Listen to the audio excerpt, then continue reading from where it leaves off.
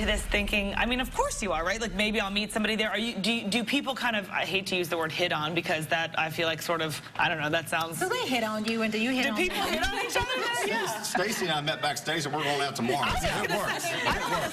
There's a lot. The green room at Fox Charlotte, that's where it's going down. There you go.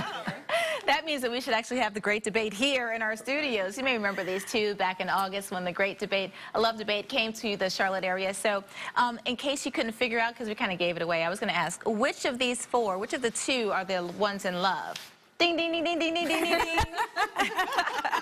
All right, so we have Stacy Kescon, right? Yes. And Derek Farley. They still have different last names. This is the couple who met the last time the great love debate came here into our studios to really talk about what's happening in the Charlotte area. So we'll just get real quick here. How's it been going? You guys have been dating since that day? Was it August?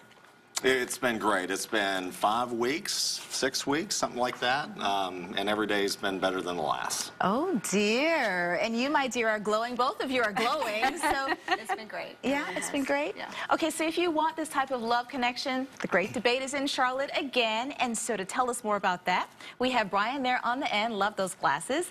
And then Cheryl Spangler and Brian Howie. So talk about the great love debate coming back to the QCs, because it's a series, right? And you plan to come back to This will be the 94th stop on our North American tour. This is our 3rd time in Charlotte. We never stop making love, as we say. And there you go. just the very act of bringing 100 single men and 100 single women into a room and having an open, honest dialogue, and it's fun and it's feisty and it's engaging. It really lets people put their walls down and connect like these two. So, Cheryl, this isn't necessarily a matchmaking event as much as it is, like you said, a discussion to really talk about relationships and what matters. So how does that all play out in this type of setting?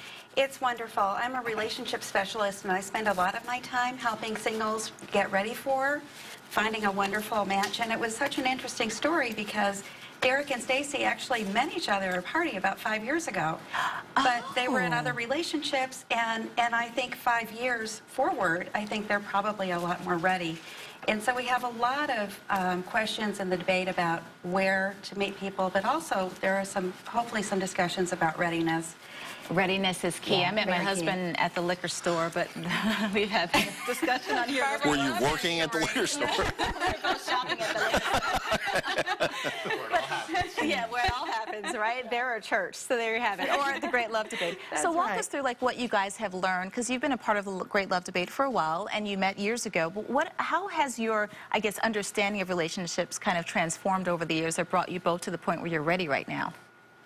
Loaded question, right? Yeah, no, that's fine. I think, you know, you grow. Through every relationship, you learn something, and hopefully.